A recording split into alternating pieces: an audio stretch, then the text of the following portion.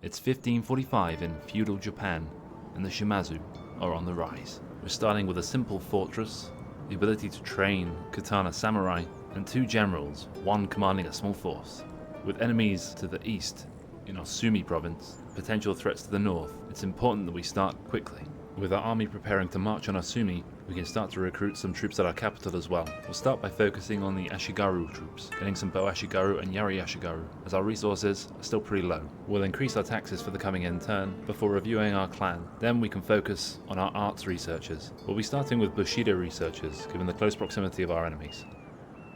Now, we can take our army and attack Osumi Castle. Once we've laid siege, we'll get additional resources from our castle, bringing forward our 2nd General's bodyguard unit. We can use him to attack that 2nd reinforcing enemy army and drive them away, before we then assault the castle.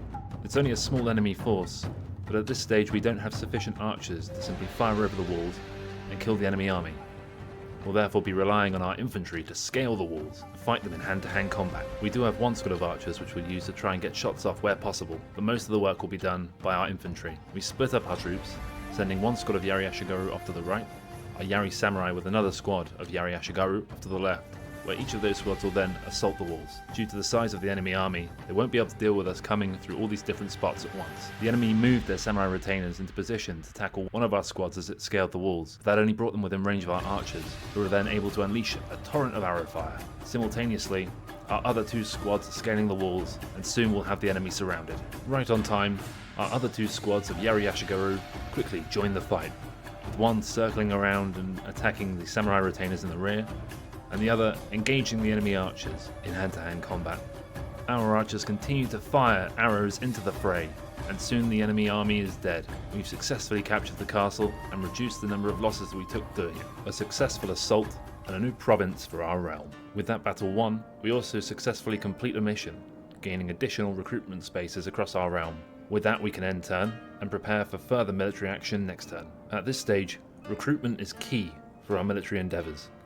We'll continue to recruit Ashigaru troops, now at both castles, and we can move the troops recruited in our home province over to Osumi. We're expecting our invasion of Hyuga to be much more difficult than our capture of Osumi. We'll need to recruit some troops over the next couple of turns to make sure that our army is strong enough to defeat the enemy armies and capture the province. We'll keep recruiting troops and moving them over to Osumi to further build up our army. We're also going to continue to manipulate our taxes so that by raising them every other turn we increase our income and hopefully more ability for us to build up our towns and recruit more troops. Over that last end turn, the Ito have moved an army within range of ours onto the border of Hyuga and Osumi. This is a perfect opportunity for us to attack them and gain the upper hand. The 2 armies are divided by a large hill. Given the clear strategic advantage that this poses, both armies are quick to try and rush to the top and gain the upper hand over the other.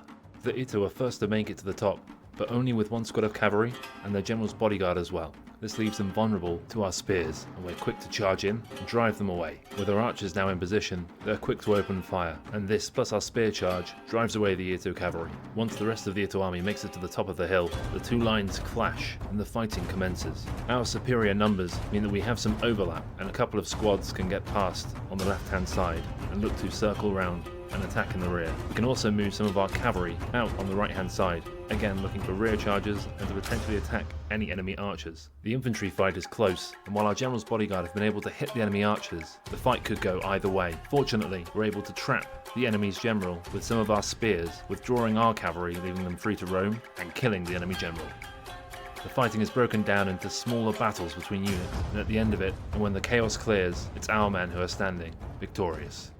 As we were able to run down most of the enemy troops, that army is destroyed. We'll go back to our castle to heal up, and then next turn we'll look to start our invasion once the winter snows have cleared, and we won't take attrition as we invade enemy territory.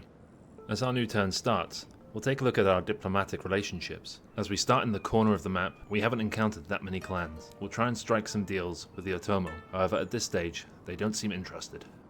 With the arrival of spring, so too comes the new campaigning season, and we can send our army now north into Hyuga province. The castle is a little way away from us, so it might be more than 1 turn before we can besiege it. As we don't know what's in the fog of war, we'll proceed slowly, looking out for enemies and prepared to fight.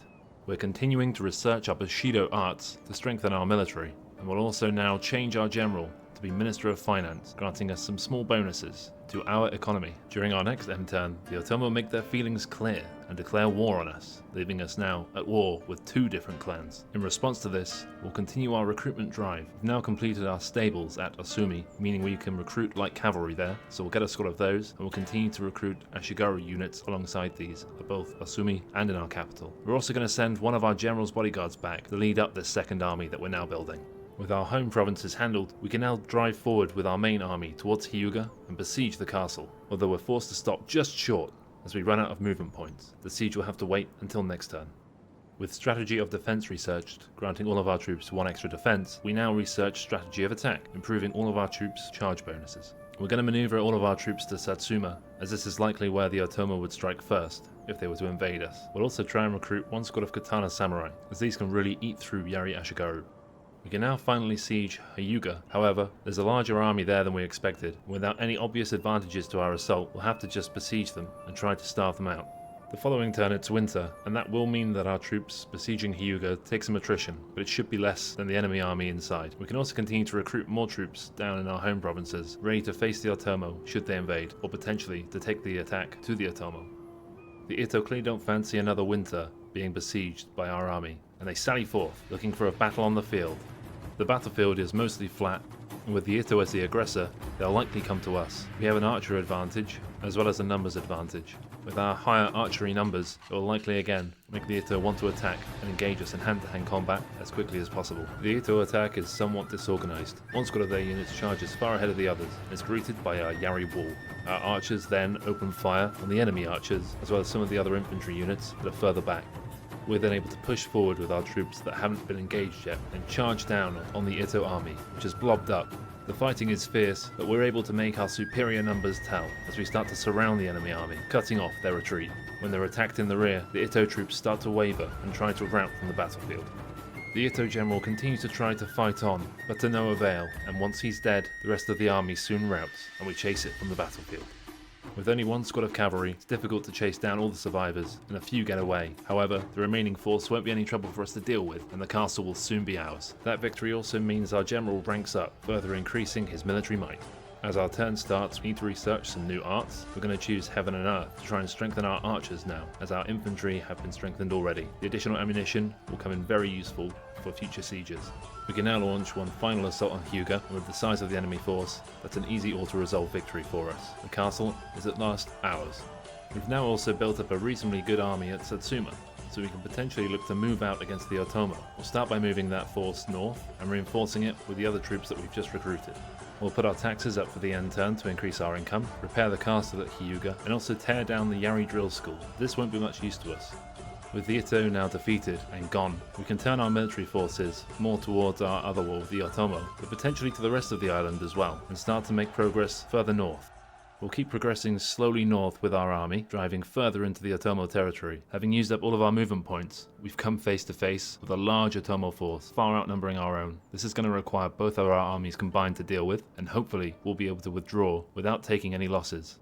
We can use our daimyo's recent level up as a general to help him maneuver his troops more quickly. We'll choose the strategist trait to increase his campaign map movement range. That'll help him get round to our other army quickly, and once possible, withdraw our force from Otomo territory.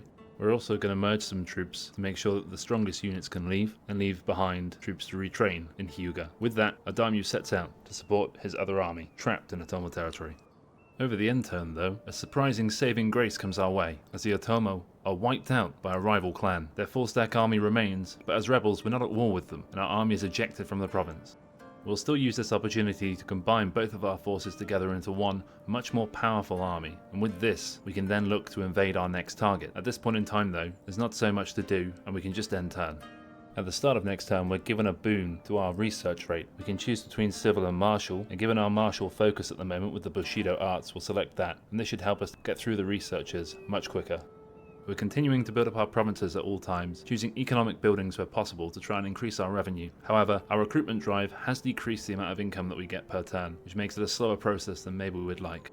We're going to send our army back up towards Hyuga under our daimyo, but we'll leave behind one general's bodyguard in case he's needed to help defend these towns or to potentially lead another army in the future. Now that we can recruit light cav, we don't need the general's bodyguards as cavalry quite so much. Having had peace for only a couple of turns, the Shoni now declare war on us. This is actually to our benefit, as it justifies our army movement. Their provinces border Hyuga, and therefore we should be able to attack them fairly quickly.